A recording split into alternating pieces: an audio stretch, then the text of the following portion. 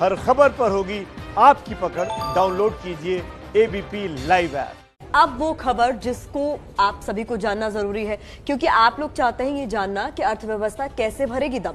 प्रधानमंत्री नरेंद्र मोदी के पूरे संबोधन का सार यही था कि कोरोना महामारी से बचाव करते हुए हमें अपनी सुस्त पड़ी इकोनॉमी में फिर से नई जान फूंकनी है। तो नई जान कैसे फूकेंगे इकोनॉमी में? प्रधानमंत्री ने इसके लिए 20 लाख करोड़ के पैकेज का ऐलान किया है, वो भी लॉकडाउन से बंद पड़ी इंडस्ट्री को फिर से खड़ा करने की कोशिश में जुटे हुए। क्योंकि हम कहते हैं और मानते हैं कि इंडिया कमाएगा, कोरोना को भगाएगा। पीएम मोदी के आर्थिक पैकेज से इंडस्ट्री बहुत खुश है, क्योंकि किसी ने भी इतने बड़े पैकेज की मांग की नहीं थी। CII जहां 15 लाख करोड़ के राहत पैकेज की मांग कर रहा था, वहीं फिक्की तो केवल 10 लाख करोड़ की राहत की ही मांग कर रहा था, लेकिन मिला कितना? 20 लाख करोड़। लॉकडाउन का चौथा चरण, लॉकडाउन 4, पूरी तरह नए रंग रूप वाला होगा, नए नियमों वाला होगा। प्रधानमंत्री नरेंद्र मोदी ने अपने संबोधन में ये तो नहीं बताया कि लॉकडाउन 4 में नया क्या होगा, लेकिन इसका अंदाजा तो हो गया है कि अब जोर अर्थव्यवस्था पर है और इसलिए सावधानी बरतते हुए धीरे धीरे उद्योगों और काम धंधों को शुरू करने की इजाजत दे दी जाएगी। कोशिश ये है कि कोरोना की चपेट में आई अर्थव्यवस्था एक बार फिर रफ्तार पकड़ ले।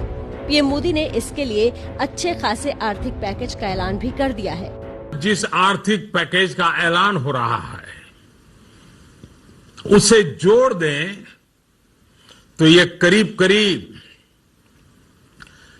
20 लाख करोड़ रुपए का है।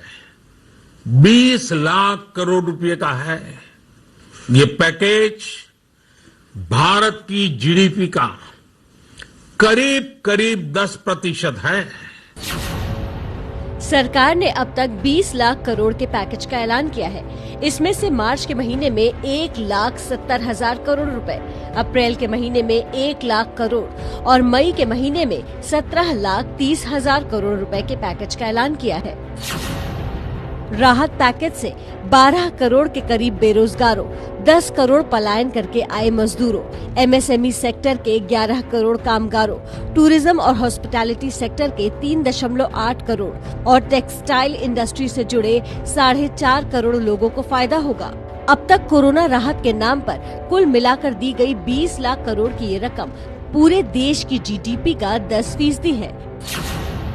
कोरोना संकट के लिए दुनिया के सबसे ज्यादा रकम खर्च करने वाले दूसरे देशों पर नजर डालें तो जापान ने कुल GDP का 21.1%, अमेरिका ने GDP का 13%, स्वीडन ने देश की GDP का 12% और जर्मनी ने देश की GDP का 10.7% खर्च किया है। इस लिहाज से भारत में 10% का आंकड़ा जर्मनी के आसपास ही है।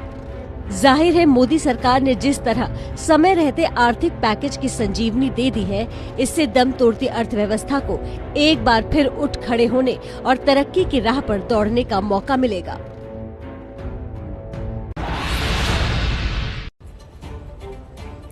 तो बहुत महत्वपूर्ण है ये समझना कि देखिए, इंडस्ट्री को रफ्तार तब मिलेगी जब इकोनॉमी पटरी पर आएगी। इकोनॉमी पटरी पर तब आएगी जब रोजगार पर लोग वापस आएंगे, और वो तब होगा जब सरकार की तरफ से बड़े आर्थिक पैकेज का ऐलान होगा।